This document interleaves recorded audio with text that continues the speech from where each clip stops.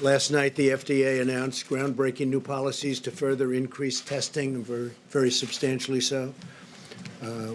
All states can now authorize tests developed and used within their borders in addition to the FDA. So the states are very much involved. They have been involved from the beginning, but we're stepping it up as much as we can, and the testing procedures are going well.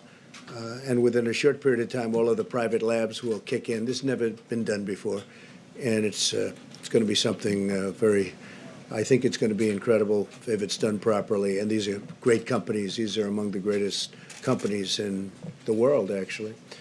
So the state's going to be dealing through themselves and with local government, local physicians, local everybody. They're also dealing with us. But we have a tremendous testing capacity. Today, we're also announcing a dramatic expansion of our Medicare telehealth services. Medicare patients can now visit any doctor by phone or video conference at no additional cost, including with commonly used services like FaceTime and Skype, a historic breakthrough. This has not been done before either. In addition, states have the authority to cover telehealth services for their medical patients. And by doing this, the patient is not seeing the doctor per se, but they're seeing the doctor, so there's no getting close. During this time, we will not enforce applicable HIPAA penalties so that doctors can greatly expand care for their patients using telehealth, so the penalties won't be enforced. We encourage everyone to maximize use of telehealth to limit exposure to the virus. It's been a very successful method of communication, but never used on a scale like we're going to use at telehealth. And you'll be able to also better maintain hospital capacity by doing this.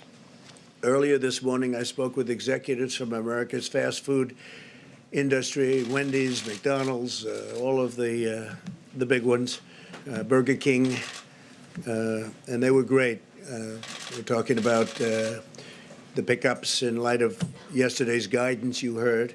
To avoid eating or drinking at bars, restaurants, or public food courts, we discussed the important role that the drive-through pickup and delivery service can play in the weeks ahead. So that's happening, and they have been fantastic. They have been absolutely fantastic, and they've been doing it already, but they're keeping it open, and smaller staffs, very capable people and very capable companies, and they're doing it, pickups. Our guidance yesterday urges Americans to take action for 15 days to help stem the outbreak. So it's a 15-day period. I guess now would say it's a 14-day period. It's 15 days from yesterday, and we're asking everyone to work at home if possible, postpone unnecessary travel, and limit social gatherings to no more than 10 people.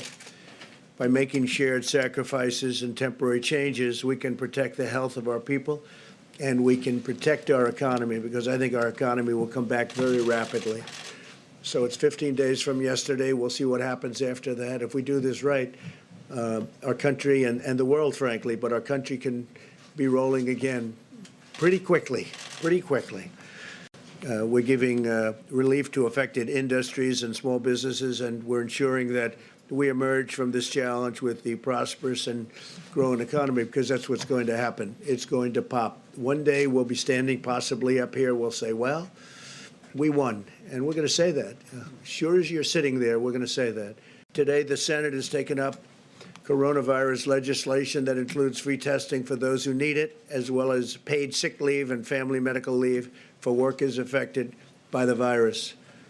We're also committed to getting small businesses the support that they need. In fact, one of the things we talked about with the fast food operations, we spoke to the chairman and CEOs of all of the companies, but one of the things we discussed is exactly that, getting small businesses support and flexibility that they need for themselves and for their workers, and that's being worked on right now. At my direction, Secretary Mnuchin is meeting today with senators on additional stimulus packages. I can tell you he was meeting with them late until the night last night, and for a big part of the day yesterday, and tremendous things are happening. There's great spirit, tremendous spirit, and I can say that for Republicans and Democrats. I can say that with respect to Governor Cuomo. We had a great talk this morning. We're both doing a really good job and we're coordinating it. And we agree, different states need different things, and we agree on that 100%. But we had a very good talk, and I think we're right down the same track. Mr. President, I want to bring up what you referred to just a short while ago about politics. In your address to the nation, you said we have to put politics aside, stop the partisanship, and unify together. But this morning, you criticized the Democratic governor of Michigan. Yesterday, it was the Democratic governor of New York. You've attacked Obama. You've attacked Biden. In fact, every day except one since that address, you've lashed out at a Democratic leader. Are you going to set the example? I only do that when I have to respond. I watched her on television. She said something that was false, and therefore I did do that. And I will continue to do that. If they're not going to play fair, because, they have the media on their side, I don't. I just have me. And if they're not going to play fair, I'm going to do that. If they are going to play fair, there's going to be nobody better than Donald Trump in terms of bipartisanship. But if they're going to say things that are false, like the story that was written yesterday, a lot of people, I don't know, somebody, I think I know who, but they taped the conference call that I had with the governors. It was a good call. It was fine. I assume somebody's going to tape it. They handed it to various people, and one of them was the New York Times, and the New York Times chose to write totally inaccurately about it. It was a disgraceful thing. It was bad journalism, but, they do a lot of bad journalism. But we respond to that, and actually, people get it. People get it. No, I want it to be bipartisan, and nobody's going to be better than me, but when they attack me or the people, these incredible people behind me, I'm not going to let them get away with it. I can't do that. Okay, how about one or two more questions? Go ahead, please. Please.